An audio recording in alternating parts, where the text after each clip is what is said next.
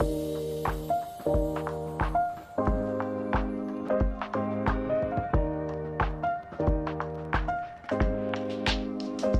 guys, welcome to my new video.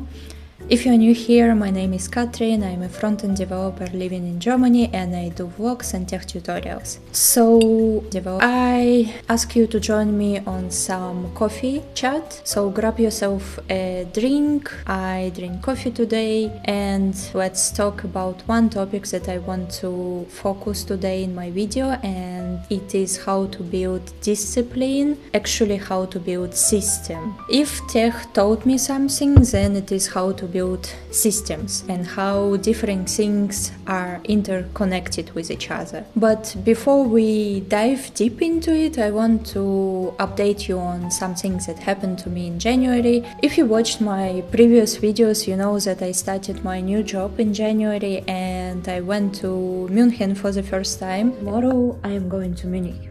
It's my first trip to the office and I am thinking about what to take with me, so let's get ready with me. So first of all, I had no idea what clothes to wear for my first day at the new job, because I don't want to be taken only as a nice girl, but I also don't want to be taken too much serious, so kind of oh, she's wearing always gray or black, something like that. So I was trying to find out what I can do, like a mix, and eventually I decided to take these trousers. I also thought about jeans, but then I thought no, it's just too simple for the first day, and at the first day I want to be rather overdressed than underdressed, and then I'm going to see what else everyone is wearing and then decide for the next time. I'm going to take this navy turtleneck. I decided for navy color because it's a little bit more interesting than just black. I hope that it's going to look great together, and I decided to add some color with this blazer that I really love, and it's also going to be very suitable for my lipstick that I have. As I mentioned, I want to add already some color because I think it's a little bit always awkward when you, for example, always wear same things. For example, if I were only black or gray in the very beginning, no makeup or anything, and then suddenly I would come with makeup or with red lipstick. So that's why from the very beginning I want to add at least a little bit color so that everyone gets used to it from the very beginning. So I decided to take a girl bag and not a backpack, because it's going to look better with what I'm going to wear rather than just a backpack. And also a laptop there is enough space for the laptop, so it's going to be fine. I usually always take a small bag in order to put here my telephone, keys and everything that I need. I always try to take some sport clothes with myself. I'm not sure that I'm going to do really workout or anything, but I'm definitely going to try to find some time for yoga or stretching. And tomorrow I want to go with this sweater. I really loved it. It's just so fluffy and nice and white, very wintry, and jeans. So that's for my trip, and I am really looking forward to it. I'm also taking some notebook.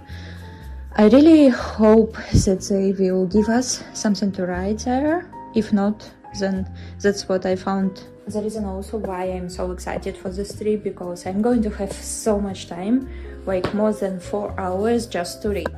And that's a winner who I'm taking with me. It's a new next thriller, detective thriller by Charlotte Link, a German author. I already talked about her first book. I really loved it. It's very interesting and engaging German, and I want to focus on my German. So kind of to try to do everything like read, listen and so on in German. So that's the main things that I I'm going to take, of course, I'm going to take many things that are connected to my to makeup and to washing face, creams and everything.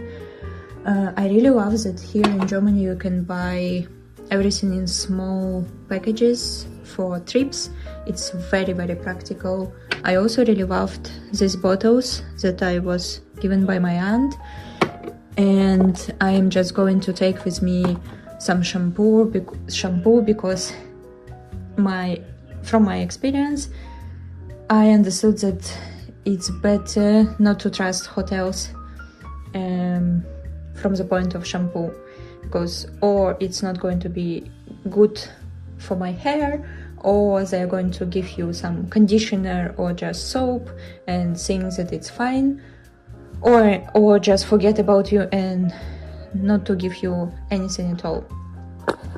So that's why I am, from now on, I am always taking shampoo with me, and I am also packing usually some coffee or tea, just in case if there is kettle in the room, and then I can make myself, for example, tea and coffee in the evening or in the afternoon.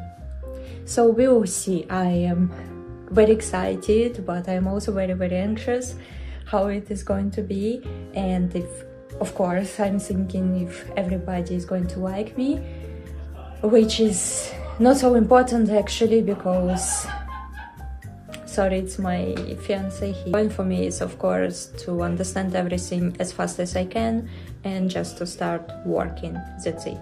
It was a long trip. It was 4.5 hours. Of course, there were problems with trains, as usually, Deutsche Bahn, and I had to wait for 1 hour and then to take just another train, so it was a little bit stressful, but eventually I got there. The hotel was great, and I was very happy to find coffee and tea in my room after a long trip. Now, thinking about it, I understand that it was a lot of fun. I bought and read a magazine on the train. I read books that I took with myself. I can't wait to do this again. The first day at work was also amazing. Everyone was open-minded and easygoing and very helpful, and I see that onboarding process can actually be very fast, because when people are ready to help, and then you just get everything installed, everything running, and you can already dive into your tickets, your tasks, your projects. Also, I've already taken some initiative on accessibility topic, because I heard that people are interested in it but still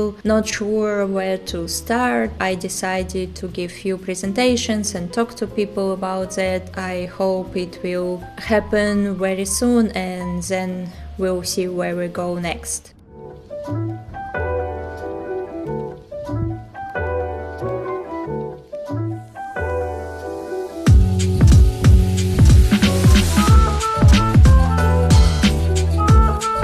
So now about my read. This month I finished to read this book, Becoming Bulletproof by Evi Pomporas. I hope I say her name in the right way.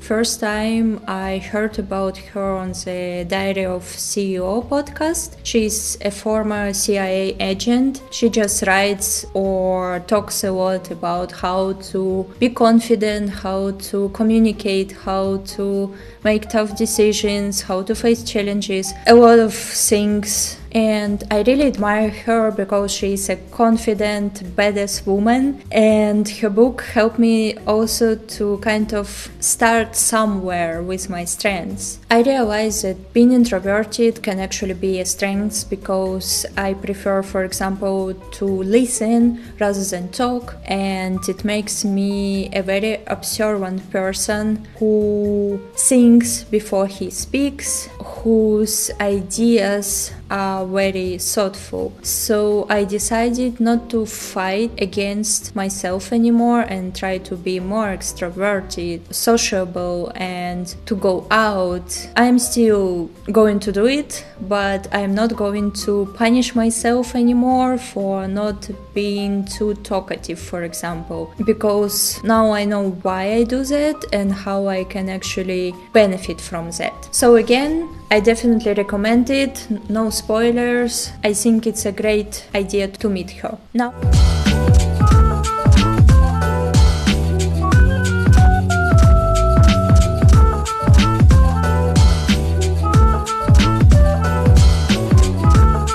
about another thing that happened. Also, if you watched my previous videos, you know that I participate in mentorship program called Hello Moxie, where we work on achieving our goals. And this month we were taking a StrengthsFinder assessment. I'm also not going to go too deep into it. A long story short, this assessment was created by Don Clifton, who is a father of strengths psychology. So the main idea is that usually we tend to think about our weaknesses and we try to eliminate them. But what if to flip this situation and to start thinking about our strengths and to try to find in what areas, for example, we underuse them or overuse them and how we can use them smarter. So that's the main point, and I think it's a very strong methodology.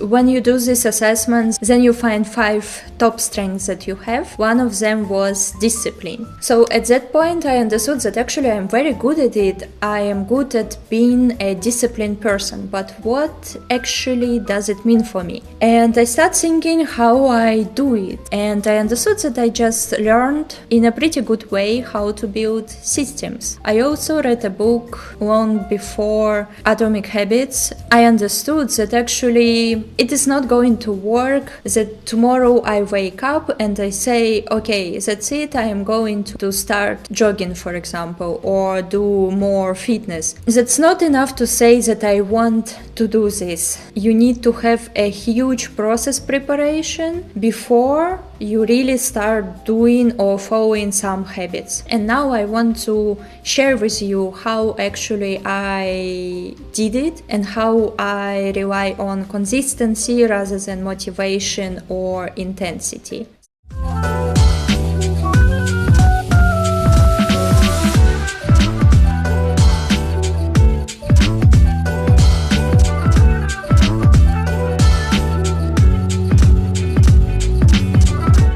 First thing, you start with daily systems. It means that spontaneous, it's not about you anymore.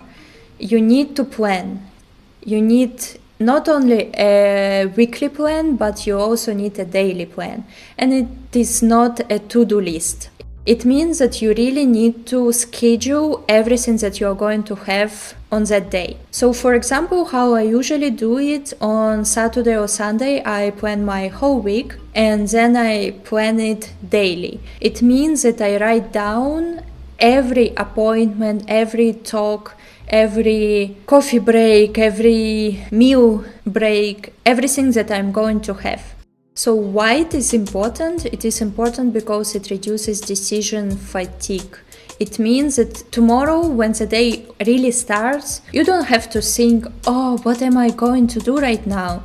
You already have a schedule, you have a plan that you just need simply to follow.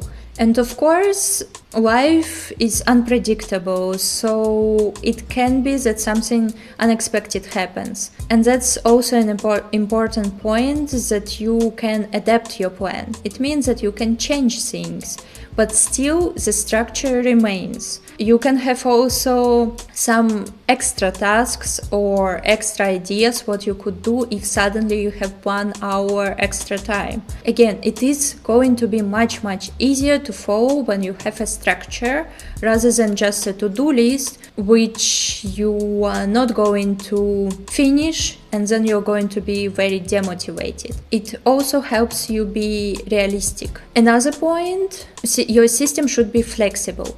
As an example, right now I am building my Japanese learning system because we participated in a course and now we took a break, and I understood that just going with the flow and to learn Japanese when I have time, it doesn't work. For few months I already didn't even touch it. So again, I'm going to build a system and find a perfect system that is going to work for me in order to carry on with my Japanese learning. It's not going to work if I say I'm going to study now for 2 hours a day every day. It is very demotivating because in your brain you're going to think that it takes a lot of energy and a lot of time.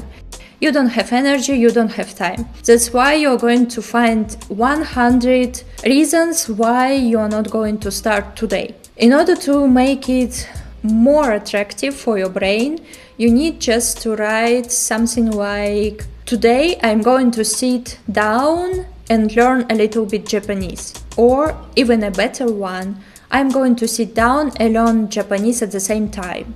Like anything that doesn't have strict boundaries, and also show you that you just need to do it no matter what you do, but you're going to be consistent. So for example, for me, it can be tomorrow I'm going to learn just 5 new words. After that, I'm going to watch anime. After that, I'm going to listen to podcasts, and I am still at the basic level. That's why I don't need a lot of time for that. So even 10 minutes count, especially in the beginning. And eventually, when you start showing up, the system doesn't break. And for example, today you feel yourself exhausted or not in a mood, or you have a huge headache. So important part is that I'm not going to learn 5 new words, but I'm going to learn 1. Then it means that I still showed up and my system didn't break and I stayed consistent. And next day I'm going to feel myself better, I'm going to learn 5 new words. The same applies to the time. For example, you plan to learn Japanese in the morning, but something came up, meeting, unexpected event, anything, and you couldn't do it. So do it in the evening, because again, consistency matters. Another important factor is environment. It is going to be for you much harder to stick to the habits if you are surrounded by people who tell you every time, why do you do that? Stop doing it. It is stupid. I don't understand why you are doing it. It can be anything. If you notice that you are surrounded by such people, I would suggest to rethink about your friend circle or people who you talk about your habits with, and try to find people who are going to support you, who have same habits or similar habits, because I'm sure that there are many communities that you can join, and then you're going to be a cheerleader for each other. For example, in our mentorship program, I know that when I talk to any of other girlies, they're going to support me no matter what, because they have the same goals or similar goals. Surroundings are important. Also, what I noticed, if for example I go out and I see that many people here in Germany, that they work out, that they do sports, that they go for a run, then the probability much higher for me to start doing the same things. So I know that there are situations where we can't really do anything about it, but you still should try, or at least notice why, for example, today you didn't go for a run because your partner, for example, said, why did you wake up so early? Don't do that. Just notice those things and think about what you can actually do with that. Another part is workspace or environment, not from the point of people, but from the point of things that you are surrounded with. For For example, what I also noticed, now I started to clean my desktop. Before that, I didn't think that it was important, and I had many stuff that I didn't really need on my desktop, also while working. Now I understood that I need a clear mind to focus only at my work and not to think right now about tasks, for example, that I need to do for my mentorship program. And in order to do that, I clean my desk and I don't have anything on it during my working hours except for my laptop, my journal. Try to do the same. For example, also to start small, I will get back to it, but starting point is the hardest part. So in order to start small, create already the environment for that. For example, if you say that you want to start with yoga classes, put out your yoga mat so that you see it. Then your brain will already visually understand that you need to start with it. For example, with my Japanese, I'm going to put on my desk a grammar book, and then it is here right in front of me, so I have no choice except for really start with it. Another interesting point that I learned is to stack habits. I heard about it a little bit also on YouTube. That's actually helped me a lot with journaling. I wanted to start journaling, but I always thought, I need to find 15 more minutes in a day to do it, and I always pushed it away. And eventually I thought, okay, what habit I have in a day that it's mostly non-negotiable for me and that I can parallel with something else? And it was drinking coffee. I always drink coffee at around 11 o'clock, especially when it is a work day. I never skip it. I decided then I can in parallel do journaling. And I started doing it and it works perfectly. I follow it already for a few weeks and I never skip my journaling because I never skip my coffee. So think about habits that you do during your day, for example, brushing your teeth, showering, that you can parallel with something else. For example, about my Japanese, I thought, okay, what and when I can do what? I can listen to small podcasts during gardening or during warming up before going for a run. It's how your new habits also are going to become non-negotiable. And the final thought, I talked already about that starting point is the hardest part, so that's why start small and then adjust. Because imagine you say, I want to do 100 push-ups every day, and okay, in the beginning you have a lot of motivation, so you're probably going to do it, but after a few days you're going to have less energy. And then you think, okay, I don't have enough energy for doing 100 push-ups, then I am not going to do it today. And you skip, and that's it, your system is broken. So in order not to get to it, start small. So for example, don't say you need to do 100 push-ups, say that you need to do push-ups.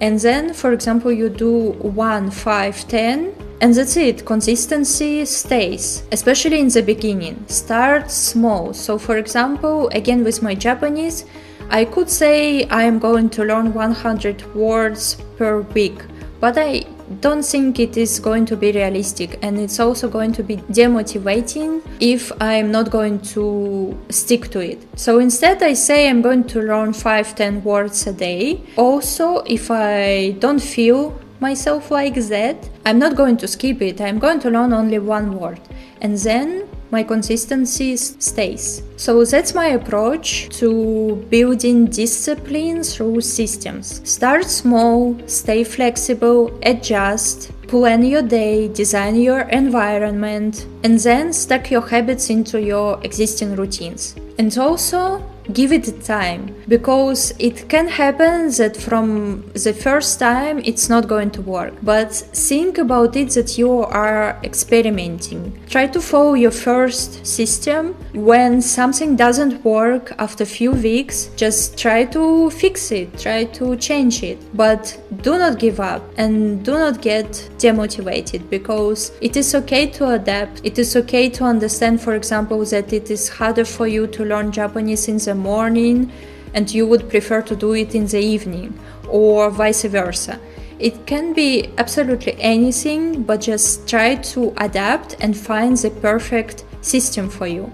It takes time. My Japanese system, it took me already a few months just to only to think about it and only to think about possibilities, how to build it. And eventually I came to some solution, and now I'm going to experiment with it and see if it works. So I will let you know if it works or not and how I adapt it. I would love to hear from you what system or one habit you would like to build into your routine. If you agree with me or not agree with me, or if you have something to add, just let me know in the comment and we will discuss it. So thank you for being with me today. Thank you for drinking coffee with me or whatever you drank. If you like this video, like and subscribe. It really helps my channel, and I'll see you in the next one. Cheers!